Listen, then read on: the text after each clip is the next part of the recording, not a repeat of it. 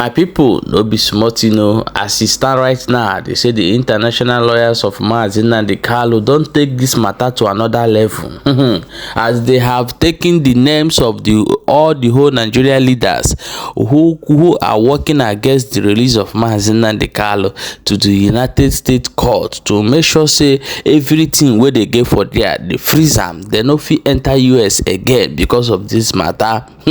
Because say as Nigeria dey jubilate say the prison Simon Ekpa, they wan use that jubilation come enter for Mazi Nnamdi Kanu. The lawyers come see am on time or say no, if they keep quiet something go wrong. And they quickly take all of them to anywhere where they get property for US to make sure say the government to hold their property according to the law according to the international law where Nigeria government commit crime from. It already they say that the Nigeria chief of staff or the military, you don't come outside come to say you don't give the soldiers power to shoot aside anybody wey they feel say their person a threat to them, say may they buy them immediately. So this message now for people waiting for Southeast, our youth, I beg more that they careful, because anytime where they give this kind of message now for East, the thing they work, not be for North or that part of Nigeria. Now I'm going to bring the videos complete for you. As they watch, they share the video.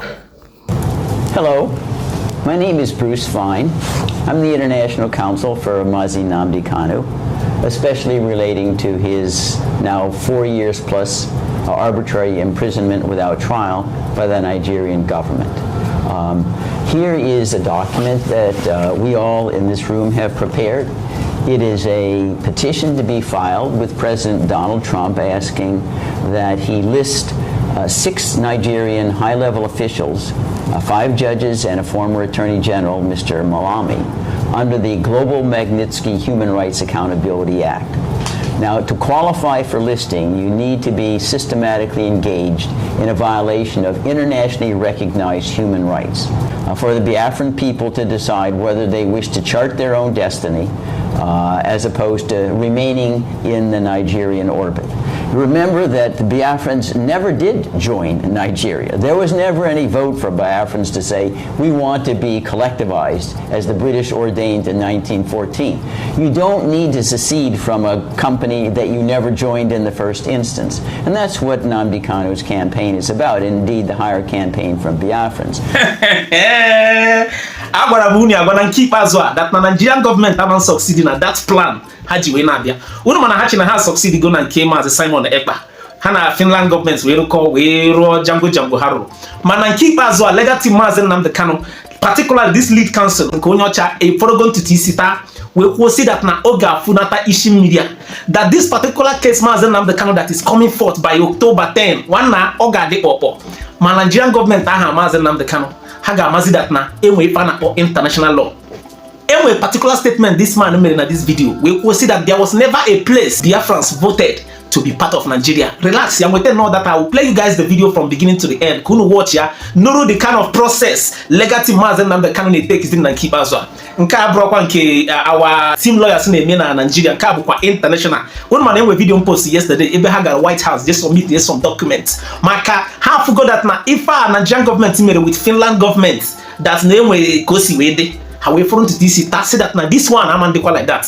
Now how watching Nigerian government in Kite, if I had Jabani run a Finnish government, na haga rukuya Nigerian government nisi Mazi Nnamdi Kanu.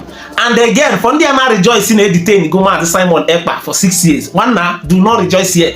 Makana kita kebu by regia 4.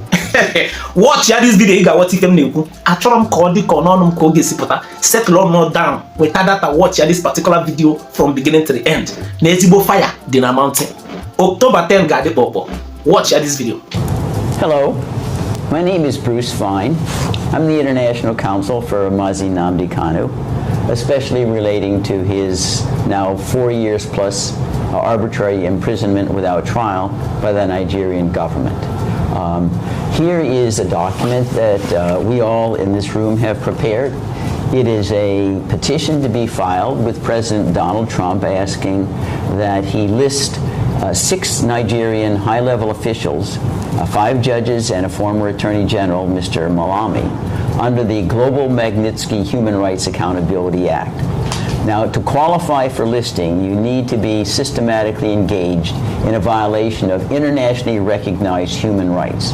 And all of these listed individuals have been engaged in persecution of Mazi Nnamdi Kanu for over 4 years, denying him a right to fair trial, denying him a right to freedom, denying him a right to speak with counsel, and most importantly, denying him a right to free speech. Trying to punish him for peaceful advocacy of a time-honored justification for self-determination, most recently undertaken in South Sudan, for the Biafran people to decide whether they wish to chart their own destiny as opposed to remaining in the Nigerian orbit. Remember that the Biafrans never did join Nigeria. There was never any vote for Biafrans to say, we want to be collectivized, as the British ordained in 1914. You don't need to secede from a company that you never joined in the first instance. And that's what Nnamdi Kanu's campaign is about, indeed the higher campaign from Biafrans. So this particular provision of the Global Magnitsky Act empowers the president to freeze all the assets and to prohibit any travel to the United States of any person listed under the act, which means they would never travel to the United States. Many of them may have homes here and may have stocks here. All of those be frozen. They couldn't do any business here ever.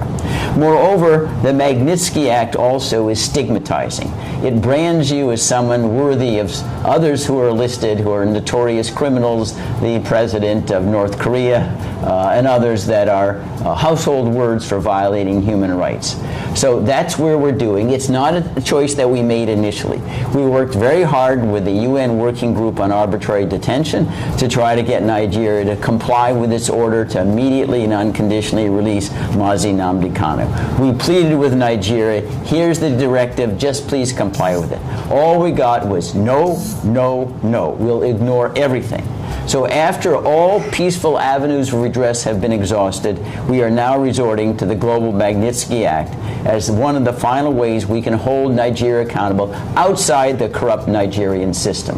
The President of the United States has his own independent authority to exert the powers of the United States to pressure Nigeria to comply with the working group decision, and that's what this petition seeks to accomplish. What the government did is a crime. Think of this obtuseness. Nnamdi Kanu is being prosecuted by the criminal organization that captured and prosecuted him. It's the government should be prosecuted by Nnamdi Kanu, not the other way around. And when that happens, we know that justice will have prevailed. Does a president have the power to actually punish countries doing business with Nigeria? I mean, how far do those teeth go? No, I mean, we can see right now with regard to the use of the tariffs, yeah. If you call tariffs, punitive tariffs, 100, 200%, the answer is yes. Mm-hmm. The president does have that authority under emergency powers and existing sanctions that Congress has allocated to the executive branch to do those things. But I don't believe in this particular situation, Mark, there really is much space between the president and Congress. Congress also, the United States, is very, very critical of Nigeria. The chairman of the House Foreign Relations Committee, Chris Smith, has been a bitter critic of Nigeria for long years. And Congress could do something like expel Nigeria from the United Nations. That was done in a similar way, it was suspension. During the period of apartheid in South Africa, the United Nations suspended South Africa until it abandoned apartheid after Nelson Mandela was released. It was suspended for over 2 decades. That sanction is looking Nigeria in the face right now. That you continue to defy international human rights. You're not worthy of sitting in the United Nations anymore. And think of this kind of oddity. It was the United Nations Working Group that said Nnamdi is being held in violation of 16 international human rights covenants and orders his immediate and unconditional release. It is an arm of the United Nations. So how can Nigeria be part of an organization which is flouting at the same time? It just doesn't compute. And again, we hope that Nigerians will get control of themselves. There's a way in which you can use peaceful avenues of redress separation. It doesn't need to be violent. It's happened in Czechoslovakia divided. It happened when Sudan divided. It's been done before. They need to get the negotiating table with Mazi Nnamdi Kanu so that everybody can be a winner. If it's not, we risk everybody being a loser. As an attorney, one last thing. Bruce, if you could expound on the difference of how they captured Mazi Nnamdi Kanu. Was it more of an arrest or a kidnapping? No, this was a kidnapping out and out. He's driving to the airport, Nairobi.